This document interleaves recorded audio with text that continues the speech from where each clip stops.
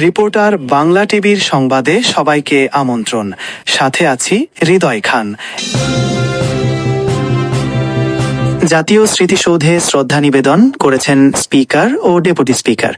Reporter Sohel Rana হাওলাদারের প্রতিবেদনে বিস্তারিত। সংসদে ওয়াকআউট একটি প্রচলিত রীতি। বিরোধী দল তার অধিকার থেকে এটি করতে পারে, তবে প্রথম অধিবেশনের দিন এমনটি না করলেও হতো বলে মন্তব্য করেছেন স্পিকার মেজর হাফিজউদ্দিন আহমদ। শুক্রবার 10:15টার দিকে জাতীয় স্মৃতিসৌধে শ্রদ্ধা নিবেদন করতে এসে সাংবাদিকদের প্রশ্নের জবাবে স্পিকার এমন মন্তব্য করেন। তিনি বলেন, সংসদে স্লোগান দেওয়া ঠিক না, এটা রেওয়াজের বাইরে। সংসদে রেওয়াজের বাইরে যায় এমন কিছু বিরোধী দল করবে না বলেও আশা প্রকাশ করেন স্পিকার।